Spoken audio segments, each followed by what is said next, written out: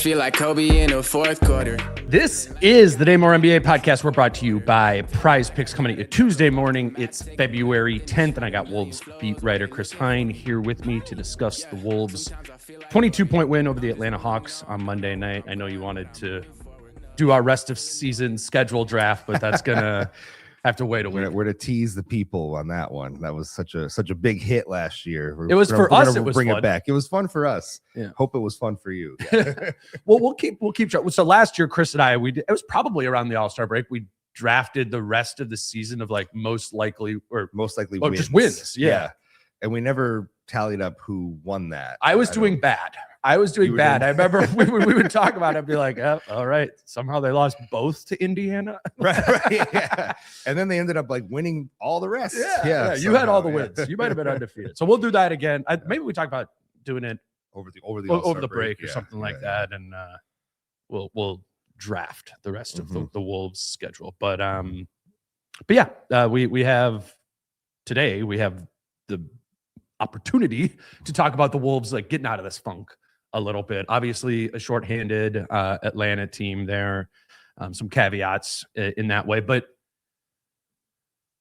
I make those caveats a lot. Yesterday they just needed to win, and that's okay. You know, they just needed we've said that a lot this season. But it was still true. Yeah. It's true. So we got a few things down for us to get into, kind of how Ayo's fitting in. I guess this is technically his second game. It kind of felt like his debut. Julius Randle brought back that kind of triple-double version of himself, the best version. And Nickeil Alexander-Walker returned, just because we like Nickeil, and you talked to him the other day, or at Shoot Around. We can talk a little bit about him, season he's having, sort of the similarities and differences between him and Ayo Dosunmu. We'll get into that some. The Wolves have some open roster spots. I haven't really talked about buyout guys or Conley. Shannon is now on a G League assignment playing tonight for the Iowa Wolves. Talk about him a little bit because I'm curious. What's this 9th, 10th man? Are they going to play? Is there room for them to play?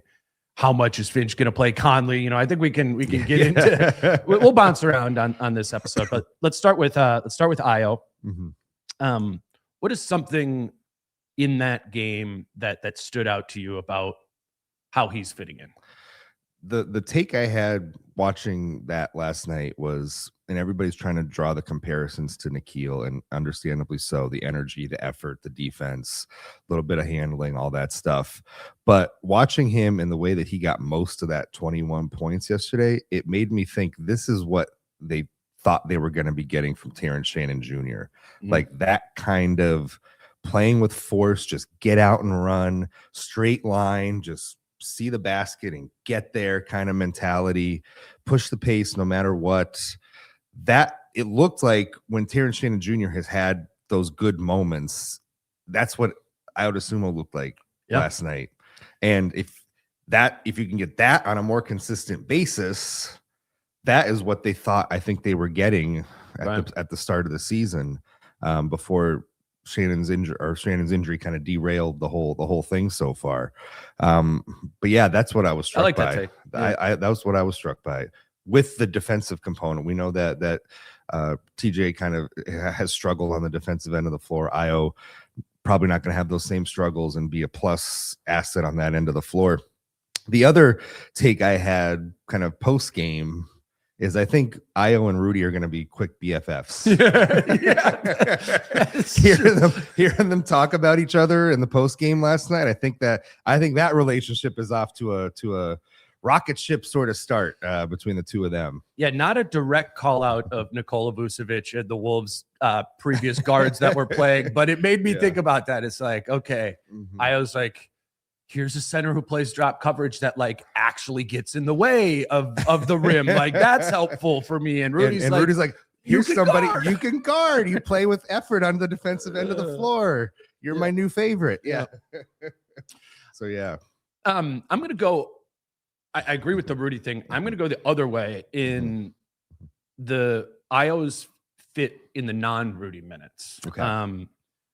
Those to me obviously have been they've been weird this season. I've honestly, if I'm being honest, I've probably been too hard on the Randle lineups because the defense has been so bad, but the offense has been so good. I mean, it's almost a third of the Wolves' total minutes or possessions this season have been with Julius and Naz out there, right? Like they've both played. Julius has played in every game. Naz has played in almost every game this season. Ton of minutes. And in those minutes, the Wolves have a 124.5 offensive rating, like way better than the best team in the league. But the defensive rating, which I choose to focus on a little bit more, has been, so rough. 121.3, like the equivalent of one of the worst defensive teams in the league. But that's a net positive, plus 3.2 there. I thought, the second half was great. They got out and started running, and the Wolves just kind of rolled the Hawks yesterday. But it started in that last 6 minutes of the second quarter. It was that real push. Push. And it was Reed and Randle out there, no Rudy for those last 6 minutes.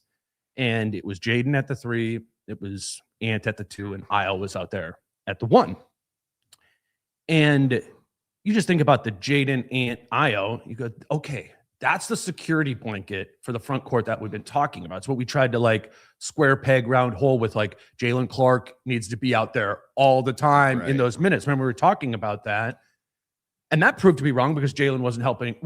His defense has dipped a little bit and it'd been more problematic on offense. The shot kind of lost him, but that gave me a lot of encouragement for just sort of saving the weakest parts of that lineup. So I was thinking about it. I went to cleaning the glass and I was like, okay, so if Ayo is now in for Mike Conley or Bones Highland, in those lineups, I was like, those lineups were probably bad before, right? I thought no Rudy, Naz, Julius, and Mike's out there.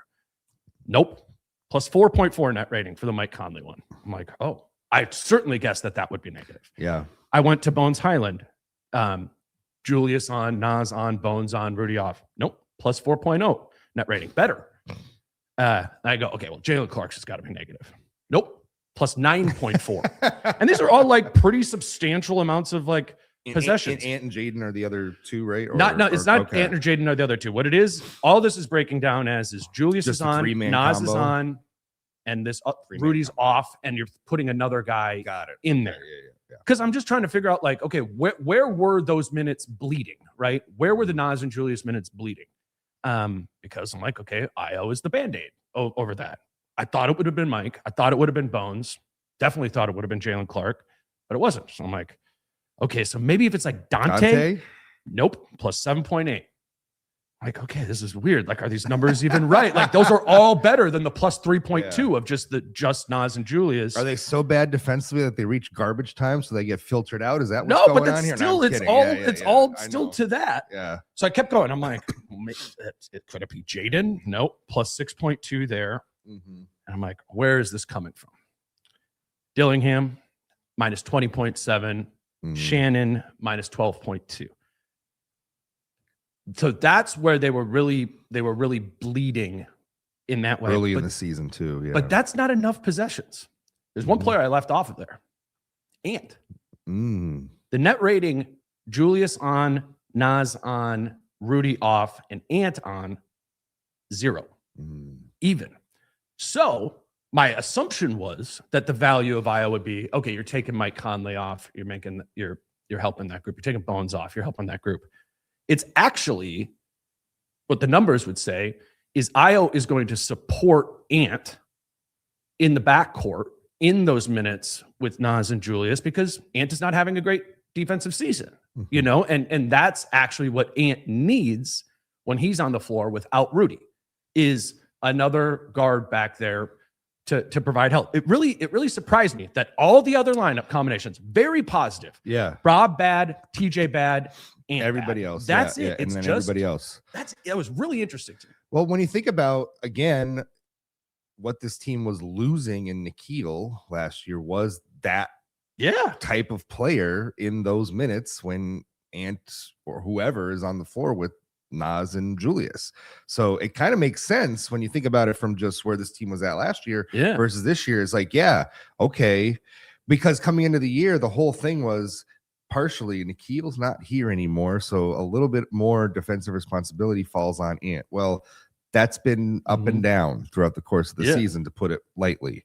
So now that you have that sort of player that's going to take that burden off of him, whether Jaden is on the floor or not, it makes complete sense that is kind of the construction that this team is going for in those minutes. And that could be the kind of player that, again, maybe takes some of that load off of Ant in that sense.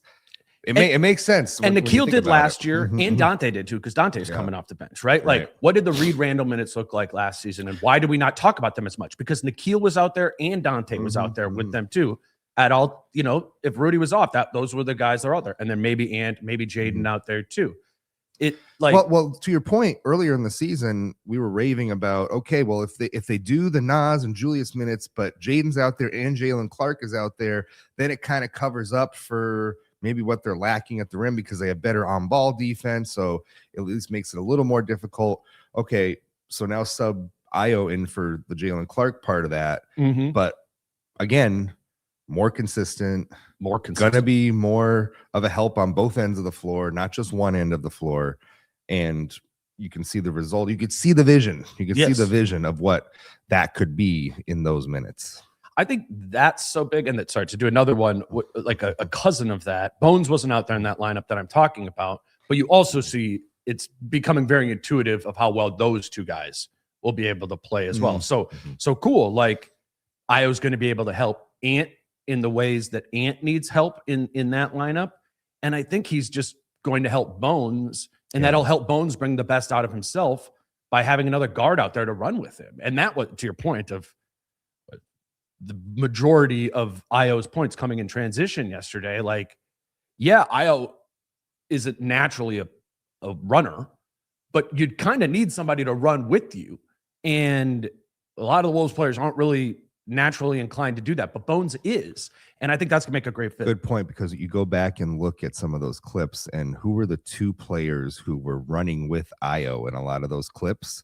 It was Bones and it was Jaden. You remember Jaden? He set Jaden up for two of those big dunks that Jaden had yesterday. That is very, your point there, very telling about who maybe he plays best with and who he can really help maximize his traits with. And go back and look at those clips. Bones and Jaden are really helping him get out and transition. You're right. Moments. You're right. I remember that. And even at the beginning of the game, remember Jaden had 3 buckets like right away. I remember I tweeted, I was like, Jaden McDaniels has 3 made baskets in the first 3 minutes of the game tonight. He made 3 total baskets in the 2 previous games. And that's because in those 2 previous games, amongst the effort and energy and all the other stuff we were talking about, what the Wolves offense just stopped doing last week was getting into early offense. Like, it was just the pace was down, and there was, I always talk about those like semi-transition opportunities, like seeking those out where the defense just isn't set yet. It's not a full-on fast break, but it's a semi-fast break. And the Wolves offense was doing that all night and right from the start. And I think that is so important to happen, especially to establish in the first quarter, because by doing that, you're establishing Jaden. Let's get Jaden 3-4 of his 10 shots in the game in the first 5 minutes of the game. Dante too. You can always devolve into Ant and Julius isolation. You can do that whenever you want. Don't start with that. And I was thinking about, I don't know, it's like a month ago. Remember when Ant wasn't really shooting in the first 6 minutes of games? Yeah. Is that I don't know, December or something like that? December. Yeah. And the game at Chicago, kind of the typical example of this. Yeah. And that was, I'm not saying it's a good idea to not have Ant shoot in the first 6 minutes, but it's like indicative of this idea of we're getting the ball moving. We're making sure these guys are the others are at least getting some touches there. And the way they do that is by Ant Julius being a little more deferential at the beginning of the game, looking to play make. But the biggest thing is just get out in some of those semi-transition opportunities. And then Jaden's elite there. Jaden's in space, attacking space with the wind behind his back. He's awesome at that element of the game. And again, Atlanta was terrible defensively last night. I mean, the Wolves made 80% of their twos.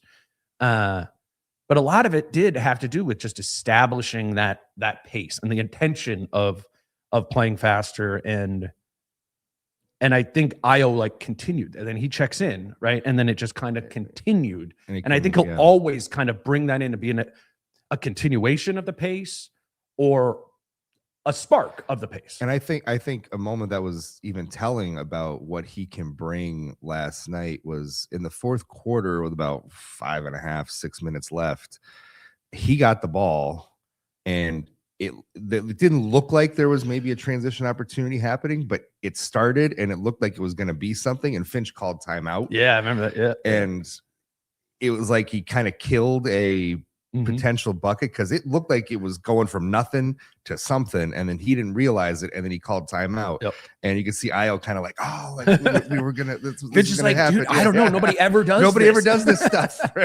My bad. I'm used to seeing this. No, that's a good call. But he's very intentional about doing it, and when the Wolves are intentional as a team about doing this sort of stuff, it's no coincidence that the last 2 games Jaden struggled, because they just, as you have explained, as we've sat here and talked about, they are their own worst enemies, and they know what the recipe is, and it's just a matter of whether they want to go out and do it on a given night. And last night they did it. They did that last night, and credit to them. And it was a back-to-back. Didn't feel like a back-to-back. Yeah. Or watching it didn't look like a back-to-back. They've been good on the tail end of back-to-backs. I think the record is like the 4th best in the league over the last 4 years on tail end of back-to-backs. They've done pretty good on tail end of back-to-backs and not using that as a crutch. So I should let go of that narrative. No, because I'm very pro, like, NBA players are human beings and the schedule affects them and all that stuff. But credit to the Wolves in those scenarios over the last few years, they have not really used that as an excuse to not go out and win games in back-to-back situations. Today's show is brought to you by Factor. And when I'm busy and when it's cold outside, I'm really bad at going grocery shopping, and finding time to cook is tough. And that's why in our household, we do Factor every winter, because Factor makes healthy eating easy with fully prepared meals designed by dietitians and crafted by chefs. So I eat well without the planning or the cooking. These are quality, functional ingredients, including lean proteins, colorful veggies, whole food ingredients, and healthy fats. No refined sugars, no artificial sweeteners, no refined seed oils. And there's a lot of variety. 100 rotating weekly meals to keep things fresh and delicious throughout the winter. Options include high protein, calorie smart, Mediterranean diet, GLP-1 support, and ready-to-eat salads that are always fresh, never frozen, ready in about 2 minutes with no prep and no stress. I really do use Factor. I think you should try it out too. And you can do that by heading to factormeals.com/DaneMoore50 off and use code DaneMoore50 off to get 50% off and free breakfast for a year. Eat like a pro this month with Factor. New subscribers only, varies by plan. 1 breakfast item per box for 1 year while subscription is active. Today's show is also brought to you by Prize Picks. And if you're watching the NBA tonight, head over to Prize Picks and put together a daily fantasy lineup.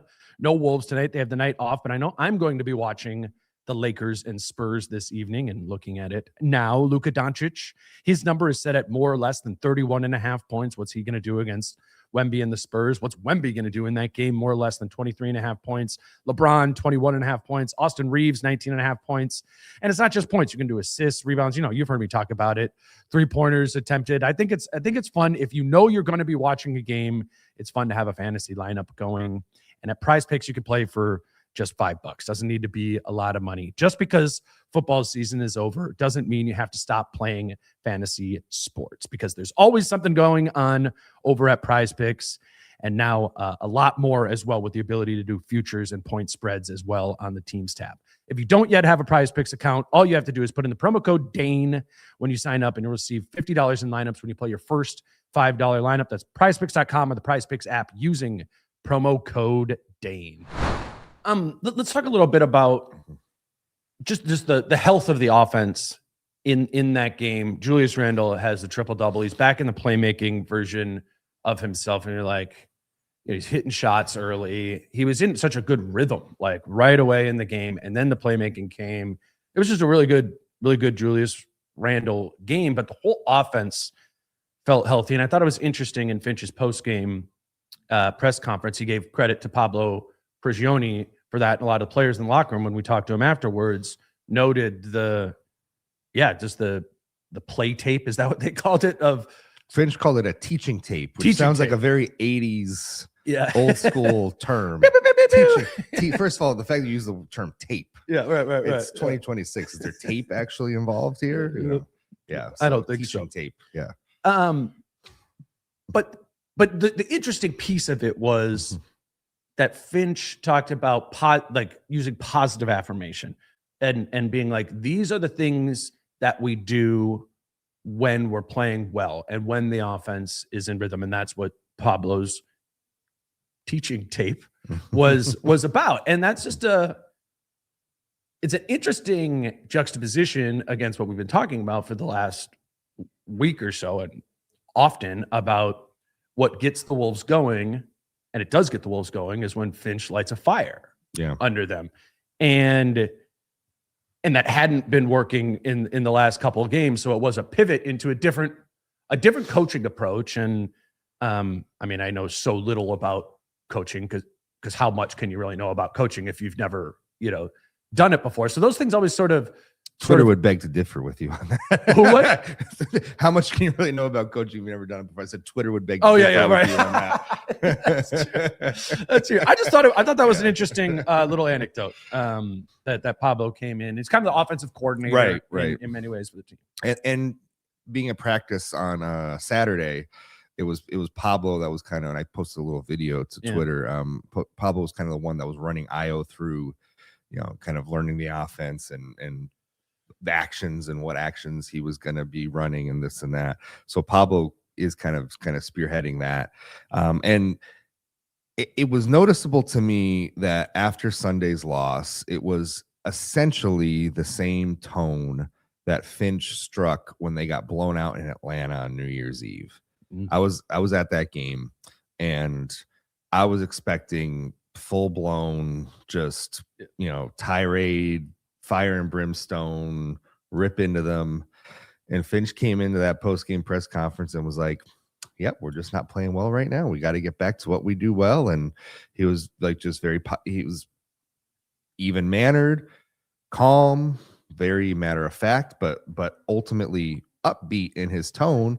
And then a few nights later, they came out and played really well against Miami. Yeah. Same thing happened Sunday. All right, we got to get back. We got to find our spirit. We got to get back to what we do well. He talked pregame about how he was emphasizing the positive, Pablo's tape, and then they come out and they play really well. Yeah. So, well, you put in the top of your story the quote from Finch from postgame last night. Quote, sometimes it feels like you're really far away from where you want to be, but you're actually not. You just got to remind yourself. And I mean, for a night at least, they were reminded. And I think that was the worst defensive game I've watched the entire season. From Atlanta? Yeah. Like of any basketball game. Yeah. But again, like I said before, I don't care. Like that, for this team, in the context of this team, they needed that. They needed the positive affirmation that the coaching staff gave them. And then like on the floor, here we go. We did it. This is what it looks like. This is what it feels like. And Julius back in triple-double mode is like the number one barometer. Yeah, it really is. It really is, and right? He said, like, walking off the floor, you could hear his post-game interview over the loudspeaker, and he said, I kind of took it upon myself to help bring our connectivity back. Mm-hmm. And yeah, that makes sense, because when he bogs down the offense, they lose that connectivity. And when he is doing what he did last night and hunting for that triple-double, man, does it look good. Yeah. And it won them 2 playoff series last year as a result of that. And again, it's just this, they have this self-awareness about themselves that they know what they need to do. And Julius knows how he needs to play, and Ant knows that he has to play defense, and they know that they don't give maximum effort. They know the problems. And they know the fixes. They know the fixes to them too. Like, that's the other thing. It's not as if they have problems that pop up that they don't know the fixes to. The fixes are right in front of them every game. They know what they need to do. They just don't do it. Yep. And that is the maddening thing about following this team, is it's not a lack of talent. It's not a lack of answers for what will fix your problems. You know the fixes. Just go out and do it. But it's just, inherent in this team that they are moody and emotional, and they get in their feelings sometimes, and it affects everything for a couple of games, and they have to right the ship every so often with a positive film session. It's interesting. It's great, actually, that they do know all the answers and that there are answers available, right? Yes. I think it's very much an open question if they'll can answer them all on a consistent basis, and can you do it in a 7-game series? Sure. But at least you have the answers. I don't know, when you were talking right there, I was thinking about teams who just have like a fundamental flaw, and they don't have the answers to it because they don't have the personnel. I was thinking about the year before Rudy got here, Pat Bev, Vando year. They couldn't play drop coverage. Limited in what they can do. Right. Like they could, like defensively, all they could do was like the football team that could blitz. You know, that's it. Like, and they did that over and over again. And ultimately, and they got pretty good at it.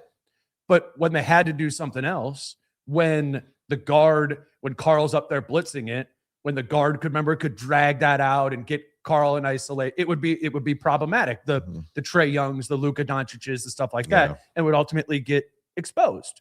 And it did ultimately get exposed in the playoffs, and that team lost. It's why you have optimism, like grounded optimism in this team, is not only the fact that they elevate to be able to beat the best teams in the league, like the Oklahoma Cities and the San Antonios and stuff like that. It's because they don't have basketball flaws. They don't, right? Like, I mean, what would you say? Like the Wolves are, what's a huge, like, just basketball flaw of the team? Good shooting team. They got, I mean, maybe ball handling. I was going to say ball handling is probably the number one issue, as we saw in the playoffs last season. But that's about it, right? Like, I'm sure people will let us know in the comments. Other things, but the difference is, like, they maybe don't do stuff sometimes, but it's not because they're largely incapable of doing certain things. They have the ability to do X thing that you may mention. They just don't go out and do it on a consistent basis. And when they do that thing, or these couple of things, like Julius being more intentional about getting the offense humming, getting out in transition, and playing defense, all these things that we talk about, and when that stuff happens, they're one of the best teams in the NBA. Absolutely.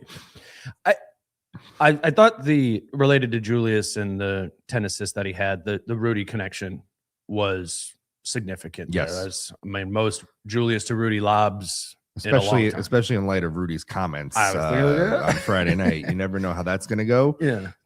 But to see that connection in light of what Rudy had said, essentially calling Julius an ant out the other night, significant that they're able to, I don't know, I don't want to say even put it behind them. I don't know what their conversations may have been like, but just like they put Toronto last year, right? Just like they put Toronto behind them last year. It looked fine. Everything looked great. So no issues there. Yeah. I thought it was, and Rudy, when we talked to him post game, was very complimentary of that. And he used the way he framed it was like, I can create an advantage for Julius with the screens, and then he can create my advantage at the rim by hitting me, with the lob there. And I think a huge part of the Julius Randle experience, or getting the best version of Julius, is getting him in consistent advantage situations, right? In those situations where a second defender has to come over, and then he can rely on a skill set of being one of the best passing bigs, perimeter oriented, spray it out, is one of the best in the league at that. The problem comes when Julius, it's a Jaren Jackson Jr. matchup, and he just doesn't have that advantage inherently, right? We talk about that a lot. I looked up the previous Atlanta game that you just referenced, and Julius had 2 assists in that game, right? Jalen Johnson plays in that game. Yeah. And is guarding him. That's a lot different than Asa Newell, who was the Hawks' bad rookie who started last night in place of Jalen Johnson. They also had Dyson Daniels in that game there. Okay, so now Dyson Daniels here in the gaps help. I'm sure he probably got a steal coming down on, I don't remember that game specifically, but I could picture that having happened. And Kristaps Porzingis played in that game, right? So the landscape for Julius to self-create his own advantages, when that's the defensive personnel you're going up against, it's not going to be there, and it's going to be more like a 2-assist night. Now tonight, or last night, sorry, they don't have that personnel out there. So Julius does have this walking advantage. He starts the game 5 for 5 from the field. And I think there needs to be something in the middle here, right? Of creating advantages for Julius when the matchups aren't there. And that's where Rudy comes in. And that's the screening, and that's and I think it just requires like a self-recognition from Julius, from Finch, to be like, we are not going to just hammer Randle isolations if he's, being guarded by Jalen Williams from the Thunder, you know, or some sort of, again, Jaren Jackson Jr., that type of player. They have to find ways to create an environment for Julius to be an advantage player if the advantage isn't inherent there. And I think that would make a world of difference if they get that right 80-90% of the time. Because if you get that right, you get Julius in a rhythm, you get Julius rolling. The moodiness is not going to be there, and so I do think that the Rudy pairing with Julius to create him advantages and leaning more into screening in those spots. It's not to say that Julius can't score on those guys. I'm sure Julius scored in isolation on Jalen Johnson in that game a few times, but at what clip? At what efficiency and at what cost to the overall health of the offense? Great point as well. Yep. Does that come? Because Julius is more than capable of doing his fadeaway mid-range 13-footer that he does. Yeah. But again, we talk about it at what cost to the overall health of the offense, at what cost to spraying it out, at what cost to pace and ball movement and all that stuff. And yeah, last night was, again, put it on the teaching tape the next time things bog down, right? How much, in your opinion, does Julius playing with pace, getting down the floor, how much can that help Julius? Especially since when you think of Julius, it is the slow down in the half court version of Julius. What have you noticed about just how pace affects Julius? The first thing that comes to my head is if there's more possessions in transition, then there's less possessions in the half court. So Julius, it's like the running back. He doesn't have to have 22 carries. Maybe he can have 16. You know what I'm saying? Like, I think Julius is not inherently a transition player. He's a good half court player. So use him when you have to play in the half court there and get into those isolations, those actions where he can create an advantage. I don't know. I mean, I'd have to think about it a little bit more. Transition is more, if we're just talking about the starters, transition, it was more Jaden Dante. Like Dante spotting up for three, Jaden attacking the rim in those moments. And Ant could maybe benefit from it a little too, but I would kind of put him more in the Julius box as well too, of like, I mean, still go run with the rest of your team in transition. Like, get your easy ones. Like, it's not like Ant Julius don't get fast break points. I'm not saying that, but like, they can do stuff in the half court when there's 7 seconds on the shot clock that Dante can't do. That obviously Rudy can't do in terms of needing to create it themselves. So I think an advantage of them playing more in transition would be both Julius and Ant's usage going down a little bit. And it wouldn't come at the cost of points per possession, because transition possessions are money. Like, those are better than any fast break possession is better than anything. Any half-court possession. Any incredible half-court possession Ant could do, right? So I think the value of transition is more to the others, but it's a team. It's this a collective organism that I think would benefit them globally just by doing it more. And I think, I don't know, Julius had a really good game and they played a ton in transition. So like, both things can happen. Both things can happen. So it's also what happens when you have, like you said, maybe the worst defensive performance we've seen all year from a Wolves opponent. It was the Wolves' most efficient shooting game of the season. Effective field goal percentage was that Milwaukee, when they blew out Milwaukee. In Milwaukee, they shot like 52% from three in that game. Yeah. Their second most efficient shooting night of the season was last night, and they only shot 38% from three, which is about what they average shooting. The Wolves took 52-point shots last night and made 39 of them. 78%. it's what happens when you're getting out in transition, getting easy looks, right? I mean, that's like the expected value of a Rudy Gobert dunk. Yeah. Every possession. Yeah. It's easy. It's free, you know, or like against Atlanta it was, but I don't know. There's going to be games, right, where they shoot 31% from three, you know, and a lot of times, like, if you're looking for a positive spin on a bad loss, you go, well, you know, it's hard to win when you make 10 of your 32 threes in a game or whatever, you know, as a team. Yeah.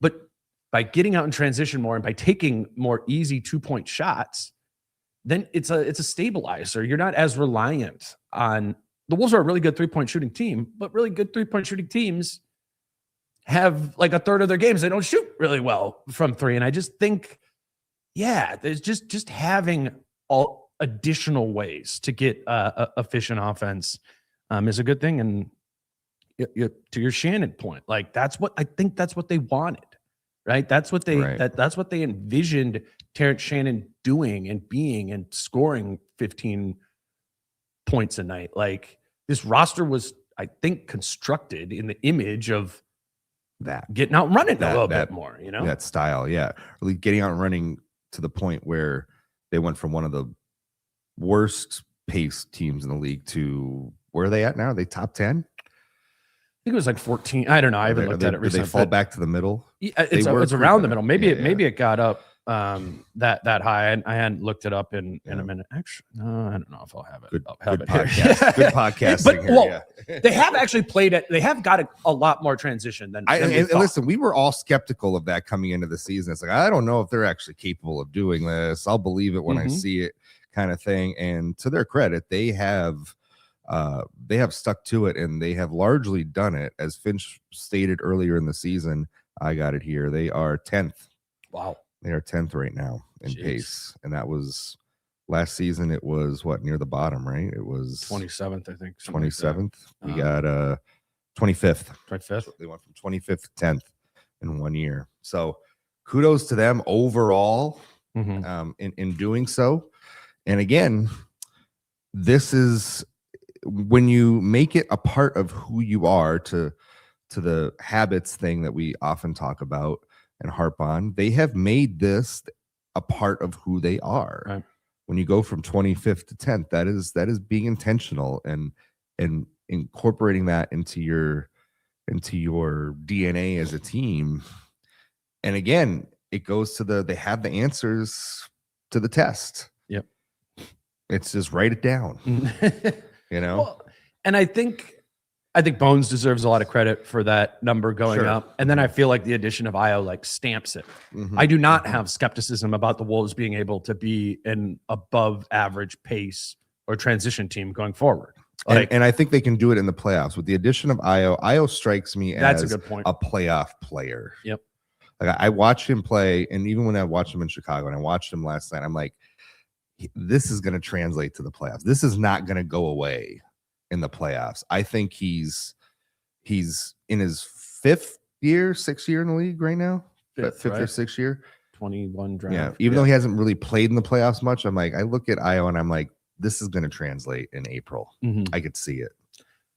And that's what we were saying about Nikhil last year. Yeah. At this time. Nikhil did not shoot it well in the playoffs, but that feeling, right, of like this guy, I can picture this guy playing 25 minutes in the playoffs. Yes. You know, and they didn't have that before the deadline. There's a lot of guys in the NBA who played 25 minutes a night plus during the regular season that would not meet that standard to me or to us, I think, right? Of like, it's a little bit of a different mold that Ayo seems to be crafted from. Today's show is brought to you by Mando, and I've switched it up. I am now using Mando's deodorant. I've been using the solid deodorant stick from Mando that is formulated and powered by mandelic acid to stop odor before it starts. I wasn't sure where the difference would really be in changing deodorant, but I've really actually noticed a difference in that this one doesn't wear off like other deodorants I've used in the past do.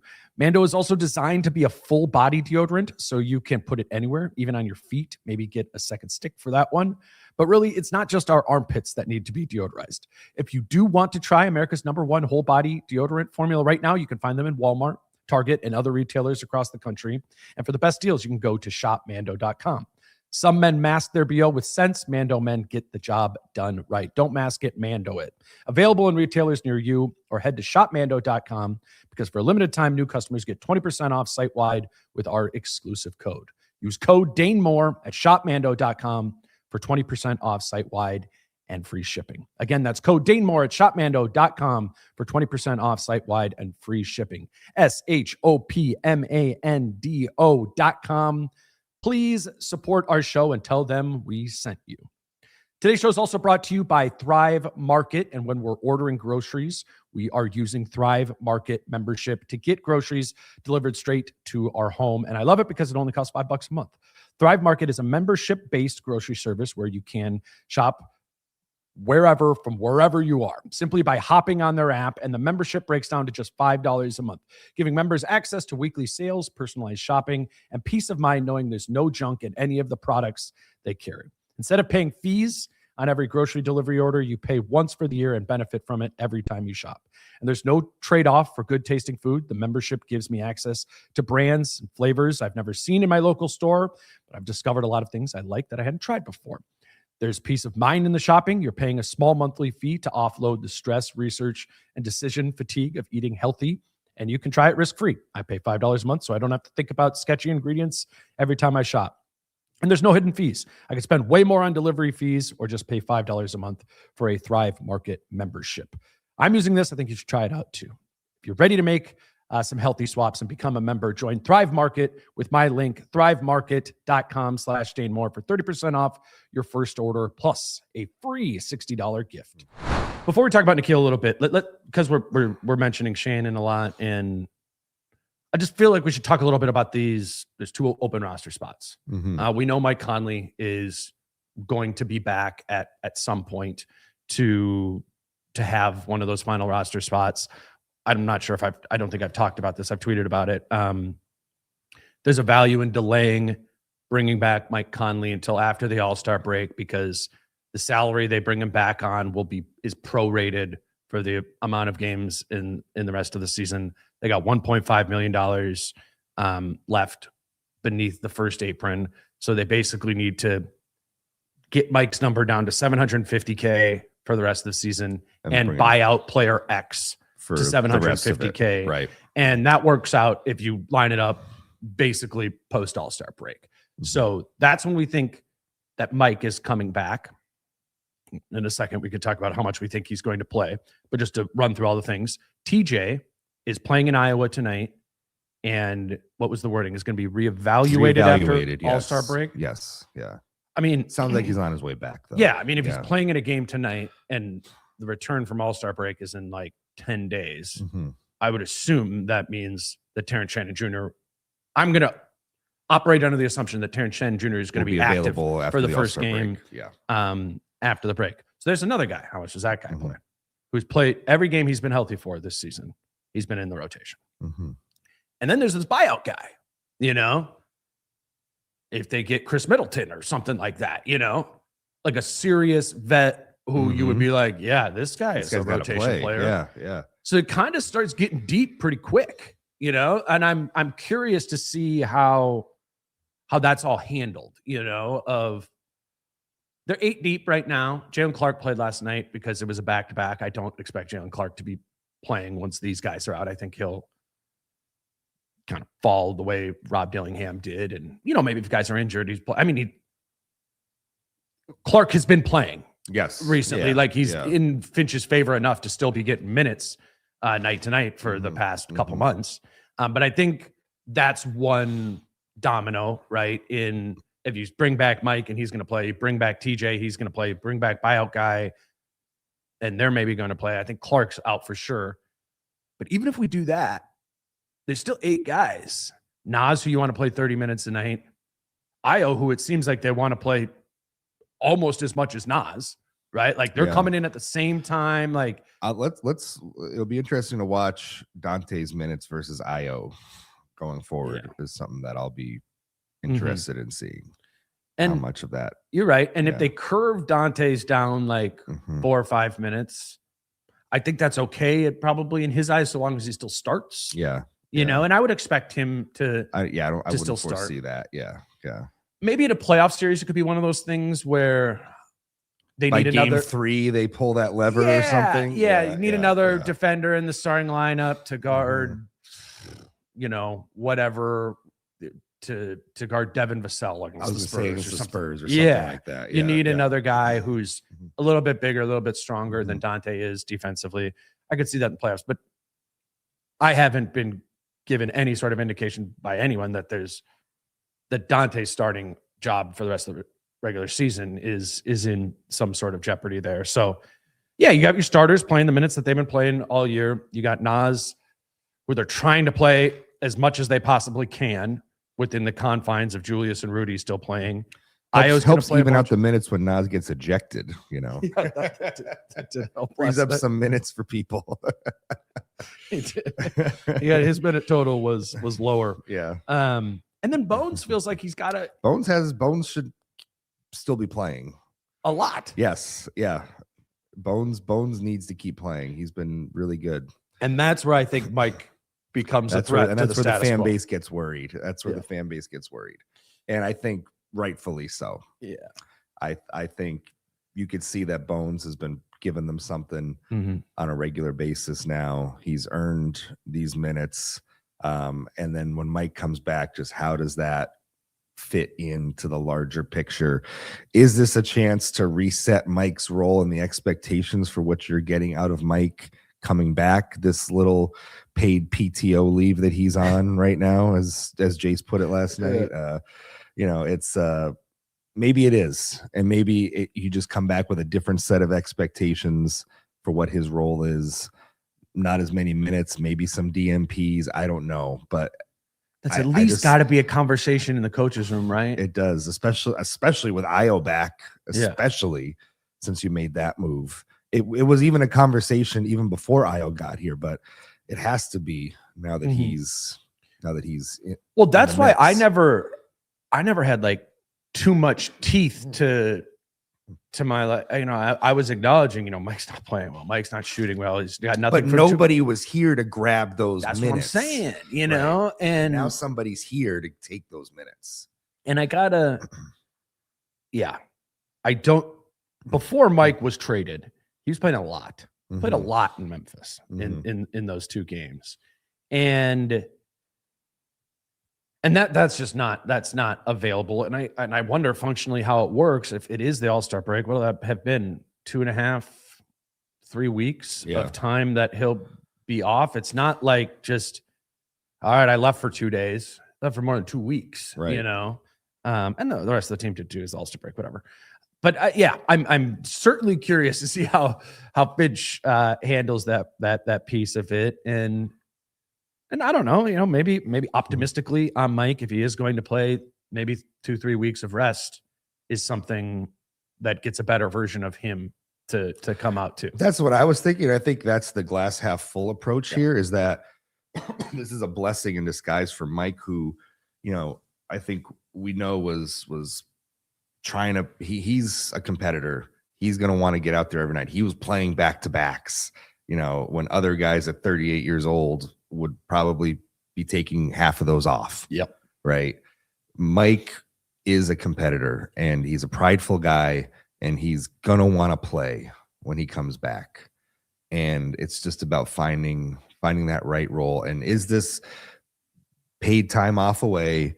Is it a rejuvenating thing for Mike to really just rest his body for 2-3 weeks here and tune up for April and for the stretch run? Maybe in a best case scenario, right? Again, glass half full. I mean, glass half full. That's the way to put it. And you can't look at it as any more than half full. Like that. And honestly, he should not be playing on any other back-to-backs the rest of the season. Right. Like, rest him. If ultimately your goal here is to win a championship, then make sure Mike Conley gets to the finish line and can give you something in April. And whether that's saving him from himself a little bit, maybe you have to do that. But having another contributor like that who can give you something in the playoffs could be huge. And I wouldn't rule out him giving them something in the playoffs too. I wouldn't either. Because to the Bones part, and we were both defending Bones deserving to have these minutes and stuff. There's a real possibility. We've watched enough playoff basketball to know that it goes south. Guys, specifically guys of the Bones Highland archetype, if they're not making shots at a crazy clip, teams often get to the point of like, we don't have a matchup for you here.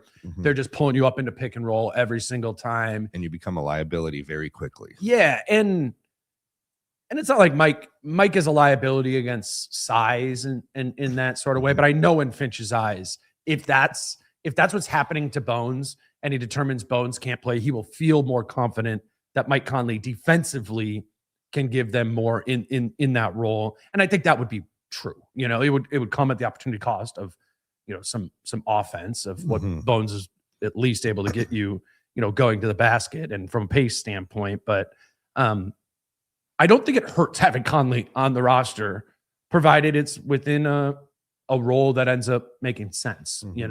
I also don't think it's a coincidence that Mike Conley goes away and they had a very moody weekend. Yep.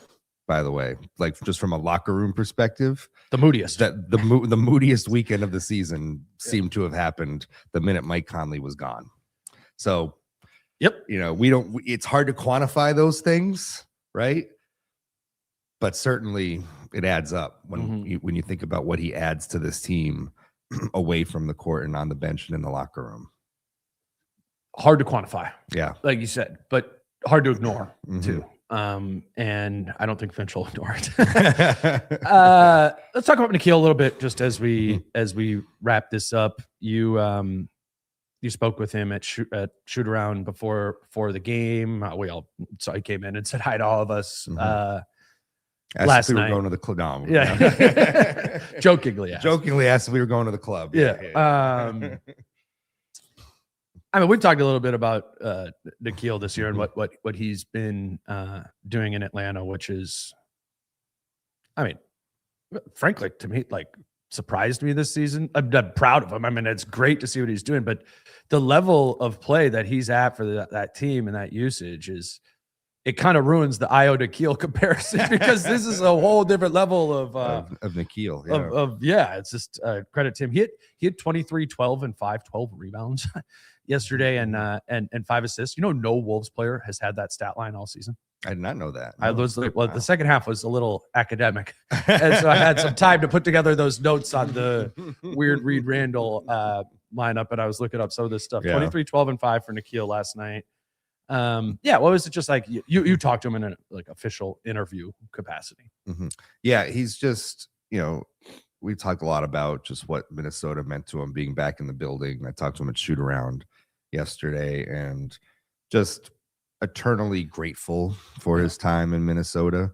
And you can feel that love with the fans last night when he got introduced, standing ovation as they played the highlight reel. And he said he feels like this is where he was truly born. That was the quote. My son was born here, and I feel like the version you see of me today was born here in Minnesota. Such a Nickeil quote. Such a Nickeil quote. Love it. Love it so much. He gave a lot of credit to James Flight White, his player development coach, for really bringing the joy back to basketball for him. And you can see it in just talking to some people I know on the Hawks staff.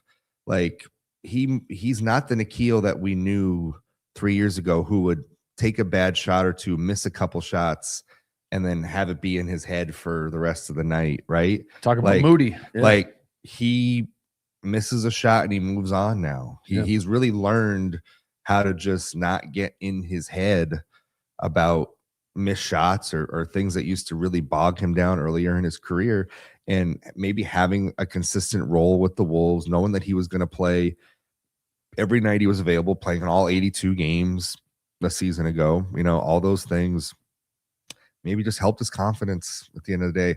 We see it now with Rob Dillingham and some of the quotes coming out of Chicago, about his confidence and trying to regain that. Nickeil found his in Minnesota, and it changed his career for the better. And I remember interviewing, I think it was Shea's dad, his uncle, for a story during the Western Conference Finals last year. And I was on the phone with him, and we were talking about like the kind of player Nikhil could be, and he's like, people are gonna find out next year. Like, there's more that he can do. It's like there's more in there, essentially.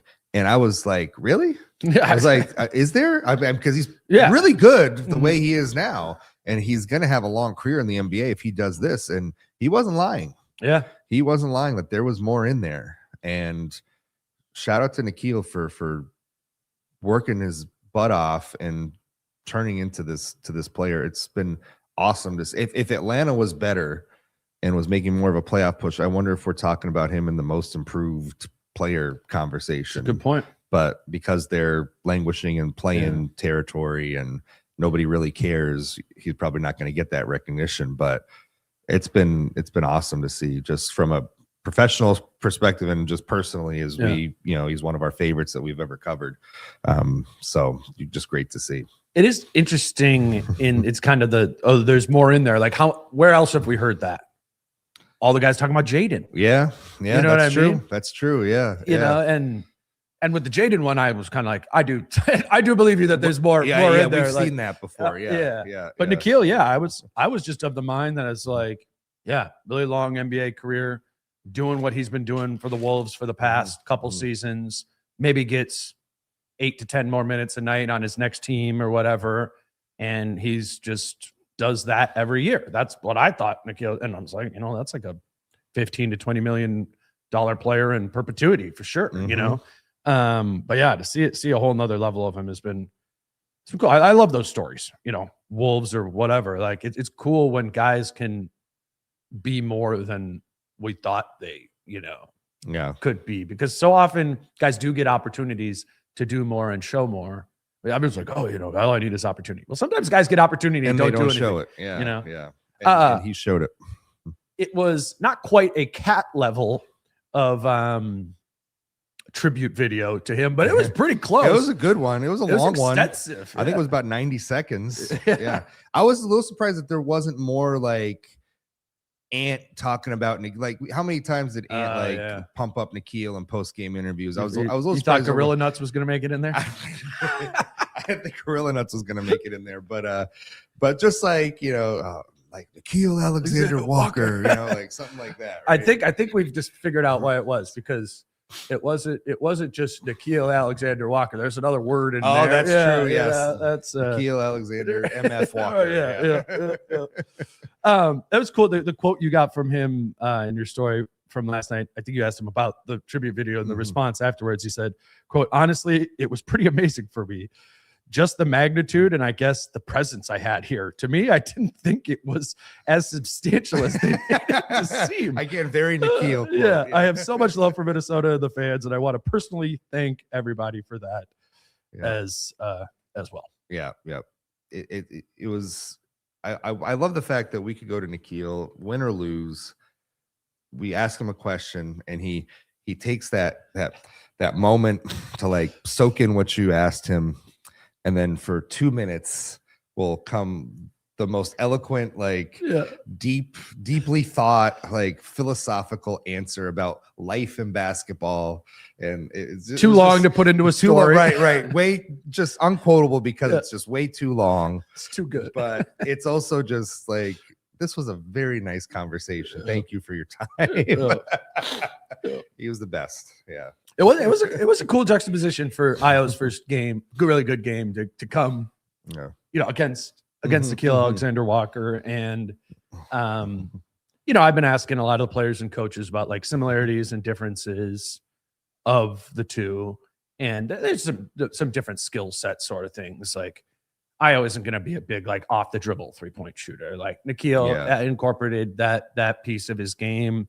Nikhil's, playing now like more of a pick and roll operator. That's not really what Ayo is going to do, but Ayo is going to be if Terrence Shannon Jr. was a cannonball to the rim, like Ayo's a missile, and ways that Nikhil can't really do. Right. But I've just been saying that this team has had like a Nikhil Alexander Walker shaped hole all season that it's needed to fill. Maybe on the court and in its hearts. For real. Maybe that should have been considered in the free agency piece of things, but it's been a hole for the first 50 whatever games of the season, and I mean, even yesterday when Jason and we're talking about Ayo, I was extremely confident in his ability to deliver what this team needs. And I thought last night was him like actually filling that void that this team has had, and nobody else really can. You know, even what Bones is giving them, and that's different. You know, Bones is giving you something else there. Jalen Clark is giving you something else there. We thought it was going to be Jalen Clark or Terrence Shannon Jr. That was the narrative, right? They're going to fill the Nikhil role. Well, turns out that role was a little more prolific. Yeah. I'm using the right word there. Than we maybe thought it was going to be. A little more challenging to fill. Challenging. Yeah, sure. Yeah. I think Shams used prolific incorrectly in a tweet over the trade deadline. Otherwise, that's in my head, so I'm scared. Yeah. But I do think I'm very confident Ayo will. You know, and he's not a superstar. He's not great on offense. He's not great on defense, but he's not at all bad on either side. Gives this team what he does well is what this team can use and need. As Rudy Gobert said. Yes. You got anything else to hit on? Plug? Not much. Just newsletter came out Tuesday. Sign up for free for that as always. 2 months to go for the playoffs, so now is a good time to subscribe to the Star Tribune. Just support local journalism in general in this time right now. I think is very important, especially when if you pay attention to the media industry and you see what's happening to places like the Washington Post. Local journalism has really never been in more peril, I think, in some ways than it is now. So, subscribe for local journalism. And for the playoff push, we're going to be pumping out lots of content and lots of, features and stuff like that. So, at least for the playoff push, consider subscribing for us, because that's when we really turn up the volume over the next couple months here. And you know what I always say is like, we're going to probably talk about the stuff that Chris and Jace and John and everybody writes about, but their stuff is going to come out like 12 to 16 hours or whatever before this podcast comes out. And I do think in the playoffs, especially, when we're there and we're at and you're writing a story on every practice, and it's very relevant to game 2 or game 5 of the series. It's there. And, football season's over. Like, lock back in on basketball, and lock back in on the Wolves. It's going to be, I don't know what the hell the end of the season is going to be, but it's going to be something. Well, you and I need the All-Star break to get away from fantasy football for a while now. It's like we need to reset our brains. Yep. I do not want to consume any fantasy football content for another 2 months at least. I've been out, man. I watched so little of the playoffs this year, and even the Super Bowl, because we had to work on. I know. Yeah. Well, see, here's the thing. I have dynasties. A fantasy playoff challenge with. Oh yeah. We have our own little custom fantasy playoff thing with like my college friends. I do another version of it.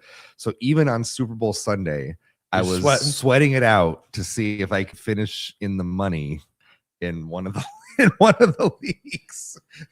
That garbage time touchdown that the Patriots scored was significant to some. Let's put it that way. I thought I was the most into fantasy football in the Timberwolves space until I met Chris Hine and Mike Conley too. Yes, you guys, you're third. It's I'll me take and Mike. Bronze. Bronze. Fantasy Olympics. You guys can follow everything Chris does online at Christopher Hine, and the Star Tribune every morning. He's at everything. Like Finch's response to the Rudy comments that everyone substitute your way there. That quote never enters the Timberwolves ether if Chris doesn't go to practice on Saturday morning after there was a game on Friday night.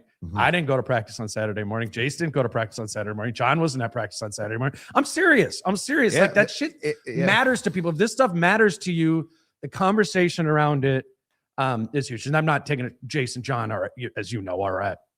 And I'm at personal everything. Life gets in the way. It was a Saturday. Saturday afternoon. There's things there, but that's I don't know. But I was there and I asked about it. Yes. And started a fire. If you're not there, then you can't ask about it. And so it's the whole thing. No. Yep. And we're not going to talk about it anymore. Like I said, you guys can follow Chris on Twitter at Christopher Hine, read him in the Star Tribune. Coming up next will be Thursday morning with Kyle. We'll talk about what happens in the final game before the break, that Blazers game on Wednesday night.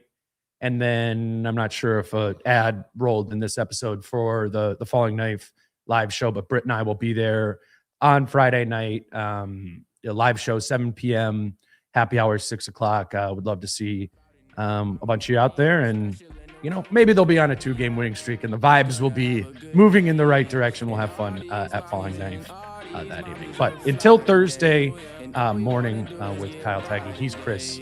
I'm Dane. Peace out. How I'm feeling, man, I hope it never stop, yeah. Green and hot so you can find me in the crowd, yeah, yeah. Don't let standards ever bring you down, yeah. Hope you dancing like